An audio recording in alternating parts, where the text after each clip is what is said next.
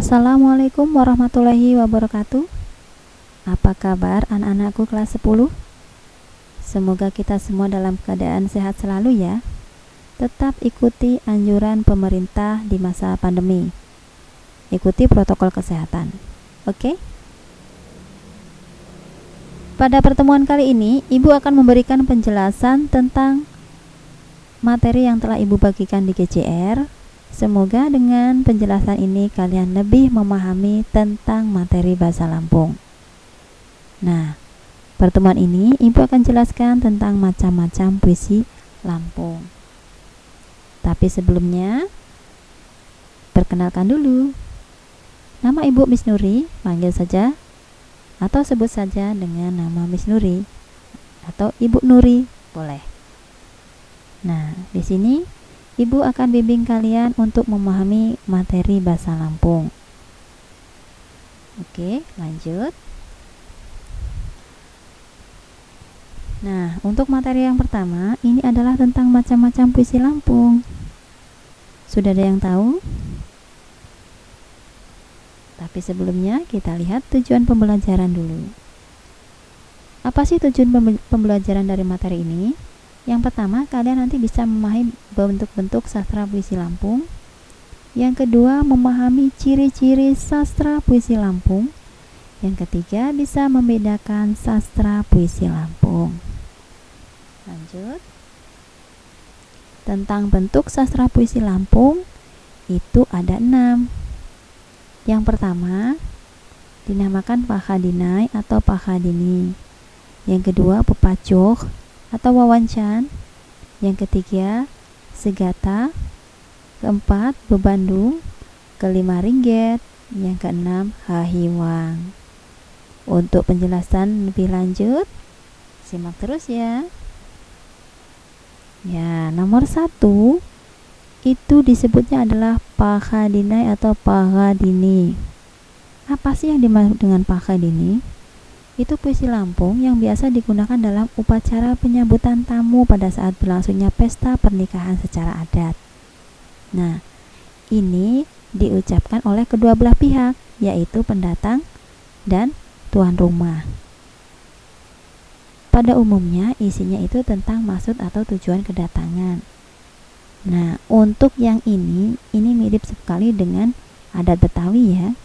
Ketika mempelai laki-laki datang, mereka disambut dengan pantun, saling berbalas pantun. Tapi kalau di Lampung ini berbalas puisi. Ini contohnya. Contoh untuk puisinya. Nah, berikutnya kita lihat. Yang kedua itu ada yang namanya pepacoh atau wawancan.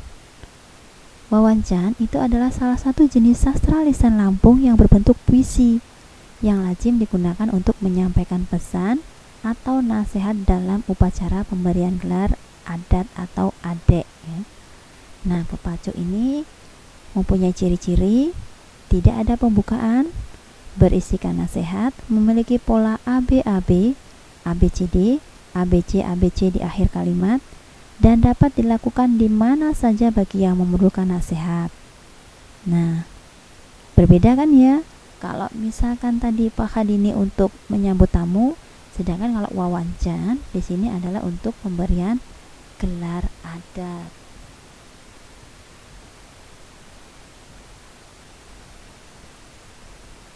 Nah, kalau di Lampung itu tentang adatnya, jika ada bujang gadis akan menikah atau meninggalkan masa remajanya, pasangan pengantin itu diberi gelar atau adek sebagai penghormatan atau tanda bahwa mereka sudah berumah tangga. Pemberian adat ini disebutnya atau dikenal dengan nama ngamai adek atau ngamai adok, artinya mengambil gelar. Biasanya dilakukannya di tempat mempelai wanita. Berikutnya ada yang dinamakan segata. Segata itu seperti apa? Segata itu adalah jenis puisi Lampung yang di kalangan etnik Lampung lazim digunakan dalam acara-acara yang sifatnya sukaria. Misalnya pengisi acara muda-mudi Nyambai Miyah Dhamma Kedayek. Nah, untuk segata ini adalah khusus untuk acara muda-mudi, biasanya sering dipakai untuk acara muda-mudi ya. Berikutnya, ini ada ciri-cirinya. Apa sih ciri-ciri segata? Segata itu mempunyai 4 baris seuntai berirama ABAB di akhir kalimat. Barisnya ke-1 dan ke-2 itu sampiran, sedangkan ketiga 4 itu ada berupa isinya. Sedangkan macam-macam segata ini ada 5. Segata Sanak Ngabambang, isinya tentang mengasuh anak. Segata Nyindir itu sindiran. Segata Bukhaga itu adalah percintaan. Segata Lalagaan itu berolok-olok, dan Segata Nangguh itu untuk berpamitan. Nah, yang berikutnya itu adalah Bebandung. Bebandung itu berisi petua-petua atau ajaran yang berkenaan dengan ajaran Islam. Nah, pada zaman dahulu ya, untuk menyampaikan pesan atau nasihat kepada orang lain itu dilakukan dengan sindiran atau kadang dalam bentuk puisi. Nah, sedangkan apa sih arti Bebandung?